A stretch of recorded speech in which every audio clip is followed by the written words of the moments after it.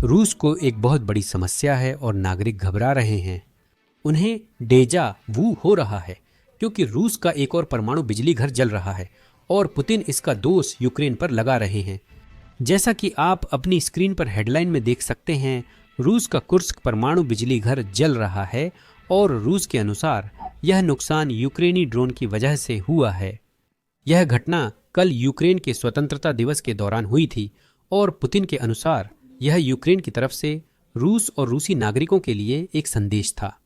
अब पश्चिमी मीडिया ने रूस की हर बात पर बहुत जल्दी विश्वास कर लिया और उसी के अनुसार खबरें चलाईं। उन्होंने खबरें और वीडियो चलाना शुरू कर दिया कि कैसे यूक्रेन रूसी परमाणु संयंत्रों को निशाना बना रहा है। रूस ने इस पावर प्लांट हमले का दोष यूक्रेन पर लगाया है। पावर प्लांट ने एक बयान जारी किया जिसमें कहा गया कि वहां ड्रोन हमला हुआ था। ड्रोन को मार गिराया गया और जब वह गिरा तो उसके मलबे से आग लग गई। उस आग को बुझा दिया गया। रेडिएशन पर कोई असर नहीं पड़ा, कोई हताहत नहीं हुआ। लेकिन जाहिर है अंतर्राष्ट्रीय परमाणु ऊर्जा एजेंसी ने बार बार दोनों पक्षों से परमाणु सुविधाओं के मामले में संयम बरतने की अपील की है। तो यह जाहिर है चिंताजनक खबर है जो हमने रात भर सुनी है। अब जैसा कि आपने अभी सुना, कहानी उतनी आसान नहीं है जितनी कि क्रेमलिन इसे बना रहा है। देखिए, यूक्रेन ने रूस पर हमला किया, जैसा कि यूक्रेन पिछले 1 महीने से लगातार करता आ रहा है। लेकिन यूक्रेन का निशाना परमाणु ऊर्जा संयंत्र नहीं था, वह रूसी रेलवे स्टेशनों और जाहिर है रूसी तेल रिफाइनरियों को निशाना बना रहा था। यह वही है जो यूक्रेन हर रात करता आ रहा है और इस रात रूस ने फैसला किया कि ड्रोन को ठीक परमाणु ऊर्जा संयंत्र के ऊपर गिराया जाए। फिर याद दिला दूं, यह यूक्रेन की कही बात नहीं है। असल में यह बयान रूसी पावर प्लांट की तरफ से आया था जिसमें कहा गया था कि यह ड्रोन का मलबा था। क्रेमलिन यूक्रेन को दोषी ठहरा रहा है, जबकि पावर प्लांट का कहना है कि यह रूस द्वारा गिराए गए ड्रोन का मलबा है। अब आप लोग नीचे कमेंट्स में मुझे बताइए, इसमें किसकी गलती है, रूस की या यूक्रेन की? मैं तो यही कहूँगा कि जब एक न्यूक्लियर पावर प्लांट में आग लगती है तो उसके ऊपर ड्रोन गिराने वाले लोग ही निश्चित रूप से दोषी हैं। इसी वजह से हम ये वीडियो बनाते हैं, क्योंकि मुख्यधारा की मीडिया में कई लोग रूसी बयानों को बिना जांचे परखे ही सच मान लेते हैं, जबकि असल में रूस झूठ बोलने और सच को तोड़ मरोड़ कर पेश करने की आदत रखता है। अब सच को तोड़ मरोड़ कर पेश करने की बात करें। किसी कारणवश हमारे पास रूसी विदेश मंत्री का एनबीसी को दिया गया एक इंटरव्यू था। मैं बता दूं, यह योजना अनुसार नहीं हुआ। इस क्लिप में देखें, वह साधारण हां या ना का जवाब भी नहीं दे पाए। सिक्के के बाद ये हाँ या ना का सवाल है। मिस्टर फॉरेन मिनिस्टर, क्या आप मानते हैं कि रूस ने यूक्रेन पर हमला किया? मैंने आपसे कहा था कि हमने विशेष सैन्य अभियान शुरू किया ताकि उन लोगों की रक्षा की जा सके जिनको उस शासन ने आतंकवादी और दुश्मन घोषित किया था और जिनको वह शासन। अब मुझे आपको बताने दीजिए, ये सिर्फ एक झलक थी कि ये इंटरव्यू लावरोव के लिए कितना बुरा गया। तो चलिए मैं आपको और क्लिप्स दिखाता हूं, क्योंकि अब क्यों नहीं, आप लोगों को याद है कि रूस कहता रहा है कि वे यूक्रेन के लिए सुरक्षा गारंटी स्वीकार करते हैं, लेकिन वे किसी भी पश्चिमी सुरक्षा गारंटी को स्वीकार नहीं करेंगे। मतलब क्रेमलिन कह रहा है कि रूस यूक्रेन पर हमला करने के बाद यूक्रेन को सुरक्षा गारंटी देना चाहता है, और जाहिर है इसे भूलना नहीं चाहिए। यह तब की बात है जब रूस ने पहले ही 1994 में बुडापेस्ट मेमोरेंडम में यूक्रेन को सुरक्षा गारंटी दी थी, जब यूक्रेन ने सोवियत परमाणु हथियार छोड़ दिए थे और बदले में रूस, यूके और संयुक्त राज्य अमेरिका से सुरक्षा गारंटी ली थी। उम्मीद है कि मुझे आपको साफ साफ बताने की जरूरत नहीं पड़ेगी। पुतिन के इस आक्रमण के बाद यूक्रेन रूस की सुरक्षा गारंटी पर कैसे भरोसा कर सकता है? यह सवाल लावरोव से भी पूछा गया था और वह इसका जवाब तथ्यों के साथ नहीं दे सके। आइए सुनते हैं। इतिहास की बात करें तो रूस 1994 के बुडापेस्ट मेमोरेंडम का हिस्सा था, जिसमें यूक्रेन की सुरक्षा की गारंटी दी गई थी। लेकिन रूस ने 2014 में यूक्रेन पर हमला करके उस समझौते का उल्लंघन किया। रूस पर यूक्रेन की सुरक्षा और शांति समझौते के लिए भरोसा क्यों किया जाना चाहिए? क्या आपने बुडापेस्ट मेमोरेंडम पढ़ा है? हाँ। उसमें क्या लिखा है? कई देशों के बीच, जिनमें आप और यूक्रेन भी शामिल हैं, एक सुरक्षा समझौता है कि वे किसी दूसरे देश पर हमला नहीं करेंगे। और आपने ठीक वही किया। नहीं, अब नहीं करते, आप नहीं करते। ऐसा लगता है कि आपने इसे नहीं पढ़ा। बुडापेस्ट मेमोरेंडम पर हस्ताक्षर किए गए थे और यूक्रेन ने अपने परमाणु हथियार छोड़ दिए थे मिस्टर फॉरेन मिनिस्टर, यह अहम था।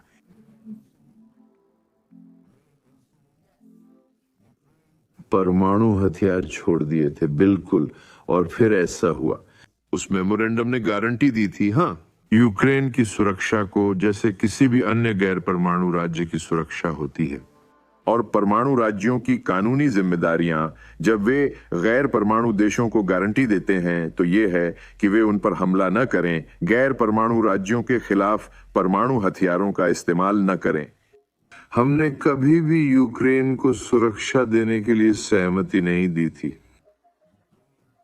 मुझे तब बहुत अच्छा लगता है जब लोग वीडियो पर घमंडी बनते हैं और वे पूरी तरह से गलत होते हैं। यहाँ हमारे पास विदेश मंत्री लावरोव हैं जो कह रहे हैं कि रूस ने कभी भी वास्तव में यह वादा नहीं किया था कि वह यूक्रेन पर आक्रमण नहीं करेगा। रूस ने सिर्फ परमाणु हथियार न इस्तेमाल करने का वादा किया था। अब क्या करे? वह प्रस्तुतकर्ता से पूछ रहे थे कि क्या उन्होंने बुडापेस्ट मेमोरेंडम पढ़ा है। मैं आपको दिखाता हूँ कि रूस द्वारा हस्ताक्षरित उस दस्तावेज बुडापेस्ट मेमोरेंडम में वास्तव में क्या लिखा है, क्योंकि ऐसा लगता है कि लावरोव ने ही वह दस्तावेज नहीं पढ़ा है। यह है बुडापेस्ट मेमोरेंडम, वही दस्तावेज जिस पर रूस के अवैध आक्रमण के बाद सब चर्चा कर रहे हैं। आप वीडियो रोककर दस्तावेज पढ़ सकते हैं, लेकिन मैं उस हाईलाइट हिस्से पर ध्यान दिलाना चाहता हूं जो रूसी विदेश मंत्री की बात का खंडन करता है। तो चलिए इसे साथ में पढ़ते हैं। बिंदु संख्या 1, रूसी संघ यूक्रेन के प्रति अपनी प्रतिबद्धता की पुष्टि करता है कि वह यूक्रेन की स्वतंत्रता, संप्रभुता और मौजूदा सीमाओं का सम्मान करेगा। बिंदु संख्या 2, रूसी संघ अपनी इस जिम्मेदारी की पुष्टि करता है कि वह यूक्रेन की क्षेत्रीय अखंडता या राजनीतिक स्वतंत्रता के खिलाफ बल प्रयोग या बल की धमकी से परहेज करेगा, और कि उनके कोई भी हथियार नहीं। मैं इसे 2 बार पढ़ूंगा। अगर लावरोव देख रहे हैं तो उनके कोई भी हथियार कभी भी यूक्रेन के खिलाफ इस्तेमाल नहीं किए जाएंगे। तो यह है रूसी नेतृत्व की स्थिति। हमारे पास विदेश मंत्री हैं जो क्रेमलिन के दूसरे सबसे उच्च पदस्थ सदस्य हैं। वे विदेशी टीवी पर जाकर सार्वजनिक रूप से कहते हैं, क्या आपने बुडापेस्ट मेमोरेंडम पढ़ा है? हमने कभी यूक्रेन पर हमला न करने का वादा नहीं किया था। हम पूरी तरह गलत थे। जैसे ये काफ़ी नहीं था, मैं आपको याद दिलाना चाहता हूँ कि रूस ने पिछले 25 सालों से इन्हें विदेश मंत्री बनाया हुआ है। मुझे लगता है कि इससे यह समझ में आता है कि 40% रूसियों के घरों में पानी नहीं आता। उनके पास इंडोर प्लम्बिंग नहीं है। नेतृत्व पूरी तरह से अयोग्य है और वे इस बात का घमंड भी करते हैं। खैर, हम सबके लिए अच्छी बात यह है कि ये इंटरव्यू लंबा था और मुझे अब भी समझ नहीं आता कि रूस ने क्यों सहमति दी, लेकिन हमारे पास और भी क्लिप्स हैं। यहाँ विदेश मंत्री से सीधे रूस के ह्यूमन सफारी के बारे में सवाल किया जा रहा है, जहां वे जानबूझकर आम नागरिकों, अपार्टमेंट्स और चर्चों को निशाना बनाते हैं। यह था उनका जवाब। मिस्टर फॉरेन मिनिस्टर, यहाँ है तथ्य। करीब 50,000 नागरिक या तो मारे गए हैं या घायल हुए हैं इस युद्ध में। रूस ने पिछले हफ्ते मातृत्व वार्ड, चर्च, स्कूल, अस्पताल और किंडरगार्टन पर हमला किया। तो या तो रूसी सेना का निशाना बहुत खराब है या आप जानबूझकर नागरिकों को निशाना बना रहे हैं। सच क्या है? देखिए, एनबीसी एक बहुत सम्मानित संस्था है और मुझे उम्मीद है कि आप उन शब्दों के लिए जिम्मेदार हैं जिन्हें आप प्रसारित करते हैं। मैंने आपसे अनुरोध किया था कि आप हमें वह जानकारी भेजें या सार्वजनिक करें जिसका आपने अभी जिक्र किया, क्योंकि हमने कभी भी नागरिक ठिकानों को निशाना नहीं बनाया। जैसा कि आपने उदाहरण दिया, हो सकता है कि आपके पास जानकारी न हो, क्योंकि यह एक तथ्य है कि यूक्रेनी शासन द्वारा कई चर्चों को जानबूझकर निशाना बनाया गया और कई नागरिक बस्तियों को भी।